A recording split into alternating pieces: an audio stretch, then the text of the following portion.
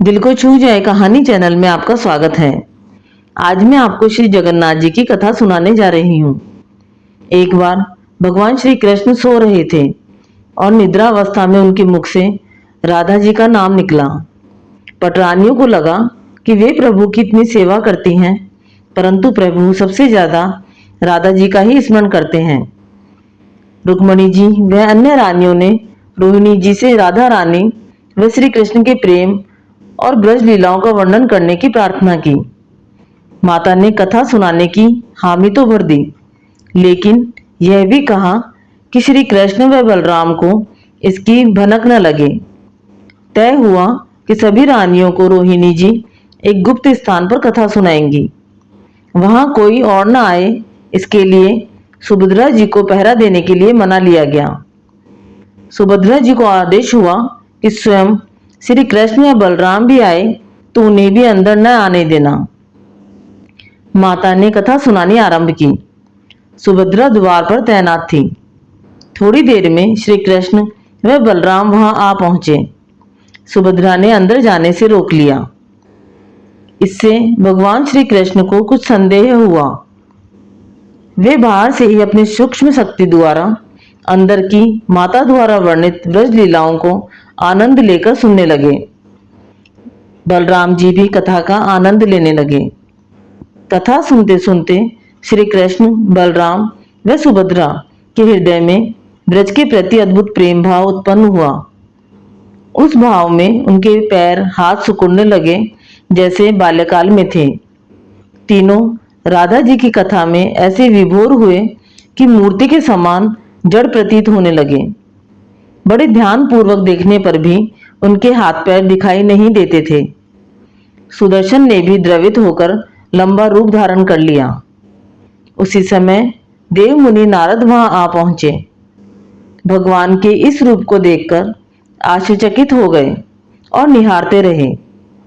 कुछ समय बाद जब तंद्रा भंग हुई तो नारद जी ने प्रणाम करके भगवान श्री कृष्ण से कहा, हे प्रभु, मेरी इच्छा है कि मैंने आज जो रूप देखा है वह रूप आपके भक्तजनों को पृथ्वी लोक पर चिरकाल तक देखने को मिले। आप इस रूप में पृथ्वी पर वास करें।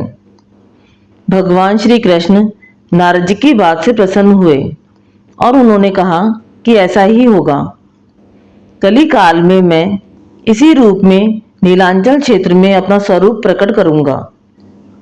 कलयुग आगमन के उपरांत भगवान की प्रेरणा से मालवराज इंद्रमुन ने भगवान श्री कृष्ण, बलभद्र जी और बहन सुभद्रा जी की ऐसी ही प्रतिमा जगन्नाथ मंदिर में स्थापित कराई। यह रोचक कथा आगे पढ़ते हैं। राजा इंद्रमुन श्रेष्ठ प्रजा पालक राजा थे। प्रजा उन्हें बहुत प्रेम करती थी। प्रजा सुखी और संतुष्ट थी। राजा के मन में इच्छा थी कि वह कुछ ऐसा करे जिससे सभी उन्हें स्मरण रखें। देवयोग से इंद्रम्युन के मन में एक अज्ञात कामना प्रकट हुई कि वह ऐसा मंदिर का निर्माण कराएं जैसा दुनिया में कहीं न हो। इंद्रम्युन विचारने लगे कि आखिर उनके मंदिर में किस देवता की मूर्ति को स्थापित करें। राजा के मन में यही इच्छा और चिंतन चलने लगा। एक रात इसी पर गंभीर चिंतन करते सो गए। नींद में राजा ने एक सपना देखा। सपने में उन्हें एक देववाणी सुनाई पड़ी। इंद्रद्युम्न ने सुना, राजा, तुम पहले नए मंदिर का निर्माण आरंभ करो। मूर्ति विग्रह की चिंता छोड़ दो। उचित समय आने पर तुम्हें स्वयं राह दिखाई पड़ेगी। राजा नींद से जाग उठे। सुबह होते ही उन्होंने अपने मंत्रियों को सपने की बात बताई। राजपुरोहित के सुझाव पर शुभ मुहूर्त में पूर्वी समुद्र तट पर एक विशाल मंदिर के निर्माण का निश्चय हुआ। वैदिक मंत्रोच्चार के साथ मंदिर निर्माण का श्री गणेश हुआ। राजा इंद्रद्युम्न के मंदिर बनवाने की सूचना शिल्पियों और कारीगरों को हुई। सभी इसमें योगदान देने पहुंचे। दिन रात मंदिर के निर्माण में जुट गए। कुछ ही वर्षों में मंदिर बनकर तैयार हुआ। सागर तट पर एक विशाल मंदिर का निर्माण तो हो गया, परंतु मंदिर के भीतर भगवान की मूर्ति की समस्या जस की तस थी। राजा फिर से चिंतित होने लगे। एक दिन मंदिर के गर्भगृह में बैठकर इसी चिंतन में बैठे राजा की आंखों से आंसू निकल आए। राजा ने भगवान से विनती की, प्रभु, आपके किस स्वरूप को मैं इस मंदिर में स्थापित करूं? इसकी चिंता से व्यग्र हूं, मार्ग दिखाइए। आपने स्वप्न में जो संकेत दिया था उसे पूरा होने का समय कब आएगा? देव विग्रह विहीन मंदिर देखकर सभी मुझ पर हंसेंगे। राजा की आंखों से आंसू झर रहे थे और वह प्रभु से प्रार्थना करते जा रहे थे, प्रभु, आपके आशीर्वाद से मेरा बड़ा सम्मान है। प्रजा समझेगी कि मैंने झूठ मूठ में स्वप्न में आपके आदेश की बात कहकर इतना बड़ा श्रम कराया। हे प्रभु, मार्ग दिखाइए। राजा दुखी मन से अपने महल में चले गए। उस रात को राजा ने फिर एक सपना देखा। सपने में उसे देववाणी सुनाई दी, राजन, यहाँ निकट में ही भगवान श्री कृष्ण का विग्रह रूप है। तुम उन्हें खोजने का प्रयास करो, तुम्हें दर्शन मिलेंगे। इंद्रयुम्न ने स्वप्न की बात पुनः पुरोहित और मंत्रियों को बताई। सभी यह निष्कर्ष पर पहुंचे कि प्रभु की कृपा सहज प्राप्त नहीं होगी। उसके लिए हमें निर्मल मन से परिश्रम आरंभ करना होगा। भगवान के विग्रह का पता लगाने की जिम्मेदारी राजा इंद्रयुम्न ने 4 विद्वान पंडितों को सौंप दी। प्रभु इच्छा से प्रेरित होकर चारों विद्वान चारों दिशाओं में निकले। उन चारों में एक विद्वान थे विद्यापति। वह चारों में सबसे कम उम्र के थे। प्रभु के विग्रह की खोज के दौरान उनके साथ बहुत से अलौकिक घटनाएं हुई। पंडित विद्यापति पूर्व दिशा की ओर चले। कुछ आगे चलने के बाद विद्यापति उत्तर की ओर मुड़े तो उन्हें एक जंगल दिखाई दिया। वन भयावह था। विद्यापति श्री कृष्ण के उपासक थे। उन्होंने श्री कृष्ण का स्मरण किया और राह दिखलाने की प्रार्थना की। भगवान श्री कृष्ण की प्रेरणा से उन्हें राह दिखने लगी। प्रभु का नाम लेते वह वन में चले जा रहे थे। जंगल के मध्य उन्हें एक पर्वत दिखाई दिया। पर्वत के वृक्षों से संगीत की ध्वनि सा सुरम्य गीत सुनाई पड़ रहा था। विद्यापति संगीत के जानकार थे। उन्हें वहां मृदंग, बंसी और करताल की मिश्रित ध्वनि सुनाई दे रही थी। यह संगीत उन्हें दिव्य लगा। संगीत की लहरियों को खोजते विद्यापति आगे बढ़ चले। वे जल्दी ही पहाड़ी की चोटी पर पहुंच गए। पहाड़ की दूसरी ओर उन्हें एक सुंदर घाटी दिखाई दी जहां भील नृत्य कर रहे थे। विद्यापति उस दृश्य को देखकर मंत्रमुग्ध थे। सफर के कारण थके थे, पर संगीत से थकान मिट गई और उन्हें नींद आने लगी।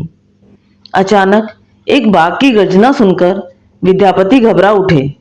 बाघ उनकी ओर दौड़ता आ रहा था। बाघ को देखकर विद्यापति घबरा गए और बेहोश होकर वहीं गिर पड़े। बाघ विद्यापति पर आक्रमण करने ही वाला था कि तभी एक स्त्री ने बाघ को पुकारा, बाघ। उस आवाज को सुनकर बाघ मौन खड़ा हो गया। स्त्री ने उसे लौटने का आदेश दिया तो बाघ लौट पड़ा। बाघ उस स्त्री के पैरों के पास ऐसे लौटने लगा जैसे कोई बिल्ली पुचकार सुनकर खेलने लगती है। युवती बाघ की पीठ को प्यार से थपथपाने लगी और बाघ स्नेह से लौटता रहा।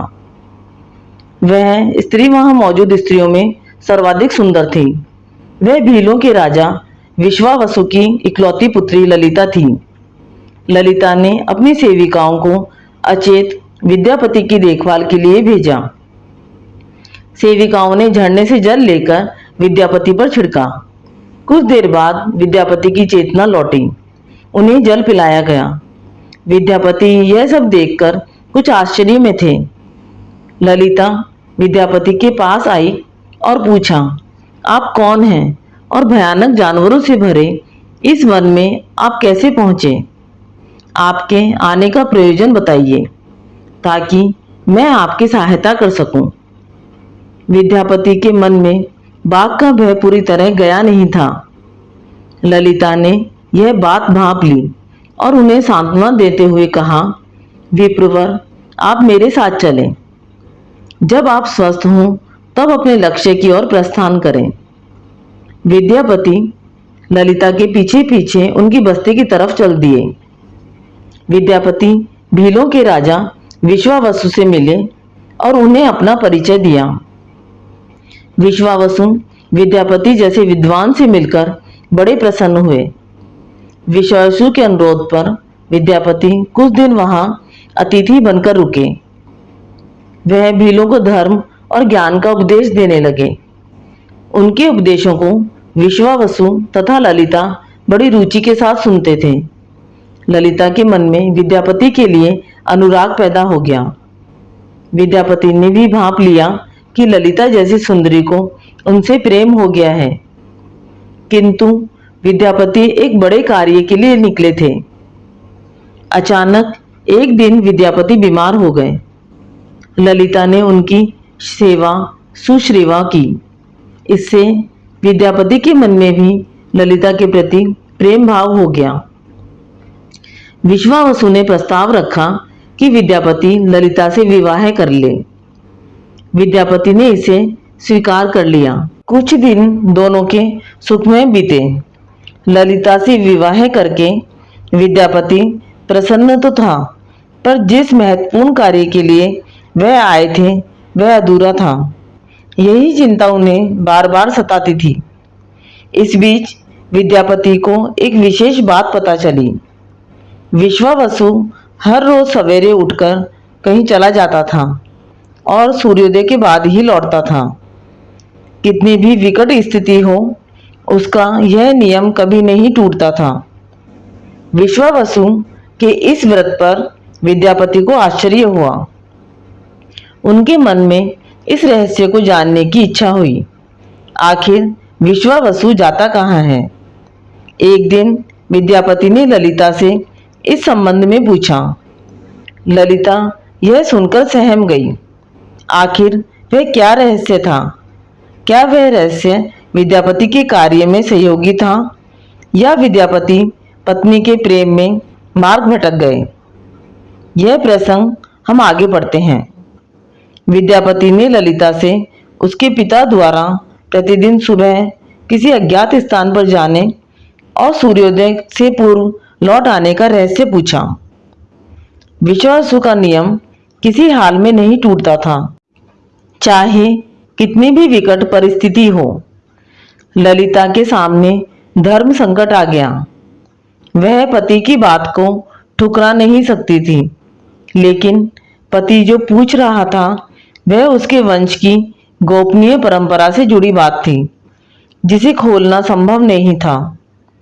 ललिता ने कहा, स्वामी, यह हमारे कुल का रहस्य है, जिसे किसी के सामने खोला नहीं जा सकता, परंतु आप मेरे पति हैं और मैं आपको कुल का पुरुष मानते हुए जितना संभव है उतना बताती हूँ। यहाँ से कुछ दूरी पर एक गुफा है, जिसके अंदर हमारे कुल देवता हैं। उनकी पूजा हमारे सभी पूर्वज करते आए हैं।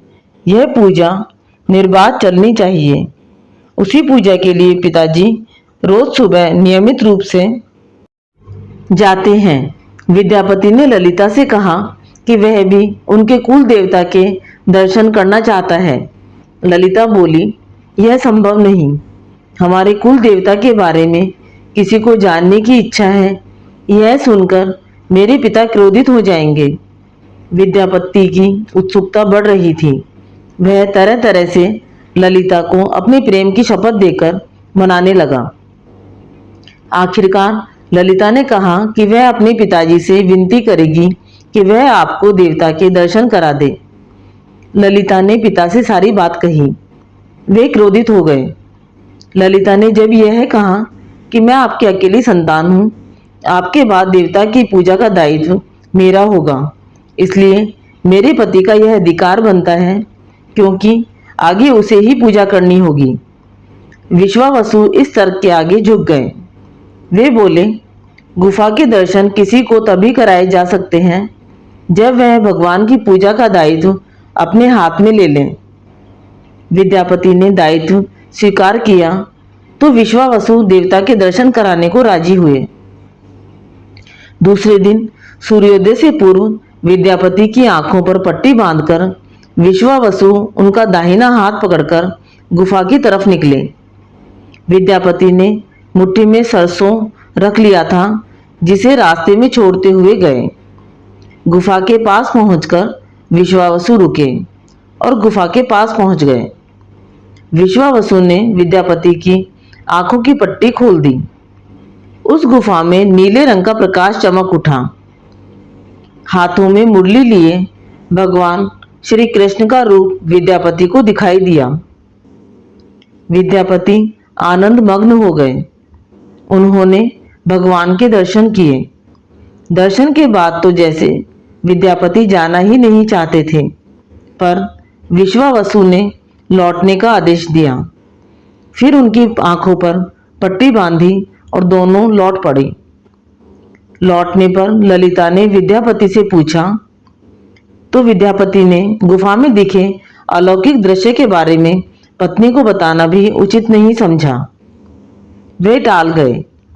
यह तो जानकारी हो चुकी थी कि विश्वावसु श्री कृष्ण की मूर्ति की पूजा करते हैं। विद्यापति को आभास हो गया कि महाराज ने स्वप्न में जिस प्रभु विग्रह के बारे में देववाणी सुनी थी, वह इसी मूर्ति के बारे में थी। विद्यापति विचार करने लगे कि किसी तरह इस मूर्ति को लेकर राजधानी पहुंचना होगा। वह एक तरफ तो गुफा से मूर्ति को लेकर जाने की सोच रहे थे और दूसरी तरफ भील राजा और पत्नी के साथ विश्वासघात के विचार से उनका मन व्यथित हो रहा था। विद्यापति धर्म अधर्म के बारे में सोचता रहा। फिर विचार आया कि यदि विश्वावसु ने सचमुच उन पर विश्वास किया होता तो आंखों पर पट्टी बांधकर गुफा तक नहीं ले जाता। इसलिए उसके साथ विश्वासघात का प्रश्न नहीं उठता। उसने गुफा से मूर्ति चुराने का मन बना लिया। विद्यापति ने ललिता से कहा कि वह अपने माता पिता के दर्शन करने के लिए जाना चाहता है। वे उसे लेकर परेशान होंगे। ललिता भी साथ चलने को तैयार हुई, तो विद्यापति ने यह कहकर समझा लिया कि वह शीघ्र ही लौटेंगे और उसे लेकर जाएगा। ललिता मान गई। विश्वावसु ने उसके लिए घोड़े का प्रबंध किया। अब तक सरसों के दाने के पौधे निकल आए थे। उनको देखता विद्यापति गुफा तक पहुंच गया। उसने भगवान की स्तुति की और क्षमा प्रार्थना के बाद उनकी मूर्ति को उठाकर झोले में रख ली। शाम तक वह राजधानी पहुंच गया और सीधा राजा के पास गया। उसने दिव्य प्रतिमा राजा को सौंप दी और पूरी कहानी सुनाई। राजा ने बताया कि उसने कल एक सपना देखा कि सुबह सागर में एक कुंदा बहकर आएगा। उस कुंदे की नक्काशी करवाकर भगवान की मूर्ति बनवा लेना, जिसका अंश तुम्हें प्राप्त होने वाला है। वह भगवान श्री विष्णु का स्वरूप होगा। तुम जिस मूर्ति को लाए हो वह भी भगवान विष्णु का अंश है। दोनों आश्वस्त थे कि उनकी तलाश पूरी हो गई है। राजा ने कहा कि जब भगवान द्वारा भेजी लकड़ी से हम इस प्रतिमा का बड़ा स्वरूप बनवा लेंगे, तब तुम अपने ससुर से मिलकर उन्हें मूर्ति वापस कर देना। उनके कुल देवता का इतना बड़ा विग्रह एक भव्य मंदिर में स्थापित देखकर उन्हें खुशी ही होगी। दूसरे दिन सूर्योदय से पूर्व राजा विद्यापति तथा मंत्रियों को लेकर सागर तट पर पहुंचा। स्वप्न के अनुसार एक बड़ा कुंदा पानी में बहकर आ रहा था। सभी उसे देखकर प्रसन्न हुए। 10 नावों पर बैठकर राजा के सेवक उस कुंदे को खींचने पहुंचे। मोटी मोटी रस्सियों से कुंदे को बांधकर खींचा, लेकिन कुंदा टस से मस नहीं हुआ। और लोग भेजे गए, लेकिन सैकड़ों लोग और नावों का प्रयोग करके भी कुंदे को हिलाया तक नहीं जा सका। राजा का मन उदास हो गया। सेनापति ने एक लंबी सेना कुंदे को खींचने के लिए भेज दी।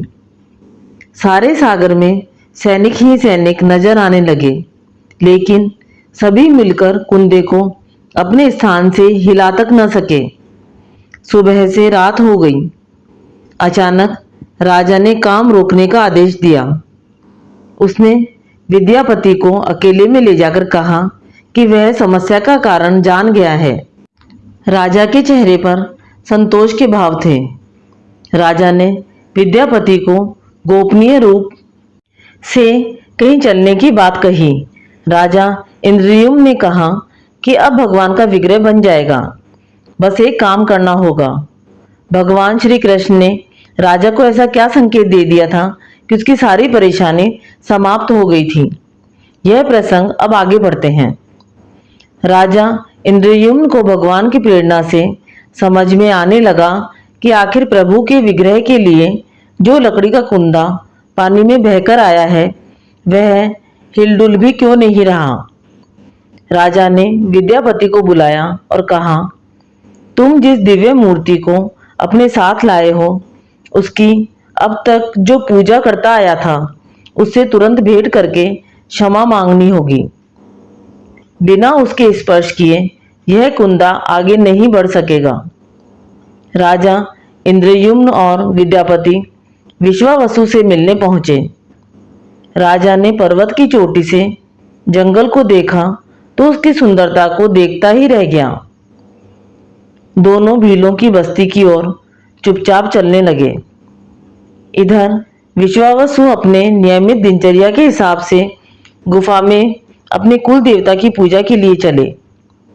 वहां प्रभु की मूर्ति गायब देखी तो वे समझ गए कि उनके दामाद ने ही यह छल किया है। विश्वावसु लौटे और ललिता को सारी बातें सुना दी। विश्वावसु पीड़ा से भरा घर के आंगन में पछाड़ खाकर गिर गया। ललिता अपने पति द्वारा किए गए विश्वासघात से दुखी थी और स्वयं को इसका कारण मान रही थी। पिता पुत्री दिन भर विलाप करते रहे। उन दोनों ने अन्न का एक दाना भी न छुआ। अगली सुबह विश्वावसु उठे और सदा की तरह अपनी दिनचर्या का पालन करते हुए गुफा की तरफ बढ़ निकले। वे जानते थे कि प्रभु का विग्रह वहां नहीं है, फिर भी उनके पैर गुफा की ओर खींचे चले जाते थे। विश्वावसु के पीछे ललिता और रिश्तेदार भी चले। विश्वावसु गुफा के भीतर पहुंचे, जहां भगवान की मूर्ति होती थी। उस चट्टान के पास खड़े होकर हाथ जोड़कर खड़े रहे, फिर उस ऊंची चट्टान पर गिर गए और बिलक बिलक कर रोने लगे। उनके पीछे प्रजा भी रो रही थी।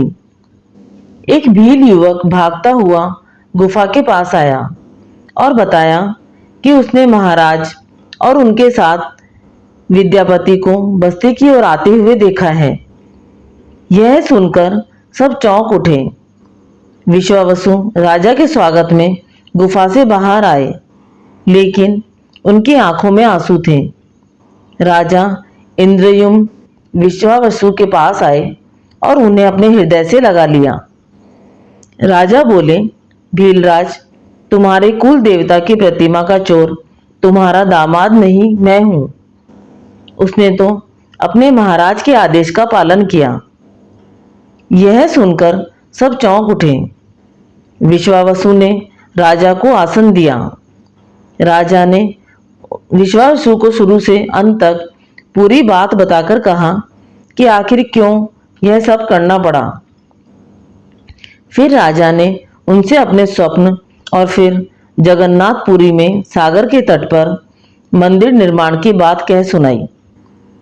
राजा ने विश्वावसु से प्रार्थना की, भील सरदार विश्वावसु, कई पीढ़ियों से आपके वंश के लोग भगवान की मूर्ति को पूजते आए हैं। भगवान के उस विग्रह के दर्शन सभी को मिले, इसलिए आपकी सहायता चाहिए। ईश्वर द्वारा भेजे गए लकड़ी के कुंदन से बनी मूर्ति के भीतर हम इस दिव्य मूर्ति को सुरक्षित रखना चाहते हैं। अपने कुल की प्रतिमा को पुरी के मंदिर में स्थापित करने की अनुमति दो। उस कुंदे को तुम स्पर्श करोगे तभी वह हिलेगा। विश्वावसु राजी हो गया। राजा सपरिवार विश्वावसु को लेकर सागर तट पर पहुंचे। विश्वावसु ने कुंदे को छुआ। छूते ही कुंदा अपने आप तैरता हुआ किनारे पर आ लगा। राजा के सेवकों ने उस कुंदे को राजमहल में पहुंचा दिया। अगले दिन मूर्तिकारों और शिल्पियों को राजा ने बुलाकर मंत्रणा की कि आखिर इस कुंदे से कौन सी देव मूर्ति बनाना शुभदायक होगा। मूर्तिकारों ने कह दिया कि वे पत्थर की मूर्तियां बनाना तो जानते हैं, लेकिन लकड़ी की मूर्ति बनाने का उन्हें ज्ञान नहीं। एक नए विघ्न के पैदा होने से राजा फिर चिंतित हो गए। उसी समय वहां एक बूढ़ा आया। उसने राजा से कहा, इस मंदिर में आप भगवान श्री कृष्ण को उनके भाई बलभद्र और बहन सुभद्रा के साथ विराजमान कर लें। इस देवयोग का यही संकेत है। राजा को उस बूढ़े व्यक्ति की बात से सांत्वना मिली, लेकिन समस्या यह थी कि आखिर मूर्ति बने कैसे। उस बूढ़े ने कहा कि मैं इस कला में कुशल हूं। मैं इस पवित्र कार्य को पूरा करूंगा और मूर्तियां बनाऊंगा, पर मेरी एक शर्त है। राजा प्रसन्न हो गए और उनकी शर्त पूछी। बूढ़े शिल्पी ने कहा, मैं भगवान की मूर्ति निर्माण का काम एकांत में करूंगा। मैं यह काम बंद कमरे में करूंगा। कार्य पूरा करने के बाद मैं स्वयं दरवाजा खोलकर बाहर आऊंगा। इस बीच कोई मुझे नहीं बुलाए। राजा सहमत तो थे, लेकिन उन्हें एक चिंता हुई और बोले, यदि कोई आपके पास नहीं आएगा तो ऐसी हालत में आपके खाने पीने की व्यवस्था कैसे होगी। शिल्पी ने कहा, जब तक मेरा काम पूर्ण नहीं होता मैं कुछ खाता पीता नहीं हूँ। राज मंदिर के उस विशाल कक्ष में उस बूढ़े शिल्पी ने स्वयं को 21 दिनों के लिए बंद कर लिया और काम शुरू कर दिया। भीतर से आवाजें आती थीं। महारानी गुंडीचा देवी दरवाजे के कान लगाकर अक्सर छेनी हथौड़े के चलने की आवाजें सुना करती थी। महारानी रोज की तरह कमरे के दरवाजे से कान लगाए खड़ी थी। 15 दिन बीते थे कि उन्हें कमरे से आवाजें सुनाई पड़नी बंद हो गई। जब मूर्तिकार के काम करने की कोई आवाज न मिली तो रानी चिंतित हो गई। उन्हें लगा कि वृद्ध आदमी है, खाता पीता भी नहीं, कहीं उसके साथ कुछ अनिष्ट न हो गया हो। व्याकुल रानी ने दरवाजे को धक्का देकर खोला और भीतर झांक कर देखा। महारानी गुंडीचा देवी ने इस तरह मूर्तिकार को दिया हुआ वचन भंग कर दिया। मूर्तिकार अभी मूर्तियां बना रहा था, परंतु रानी को देखते ही वह अदृश्य हो गया। मूर्ति निर्माण का कार्य अभी तक पूरा नहीं हुआ था। हाथ पैर का निर्माण पूर्ण नहीं हुआ था। वृद्ध शिल्पकार के रूप में स्वयं देवताओं के शिल्पी भगवान विश्वकर्मा आए थे। उनके अदृश्य होते ही मूर्तियां अधूरी ही रह गई। इसी कारण आज भी यह मूर्तियां वैसी ही हैं। उन प्रतिमाओं को ही मंदिर में स्थापित कराया गया।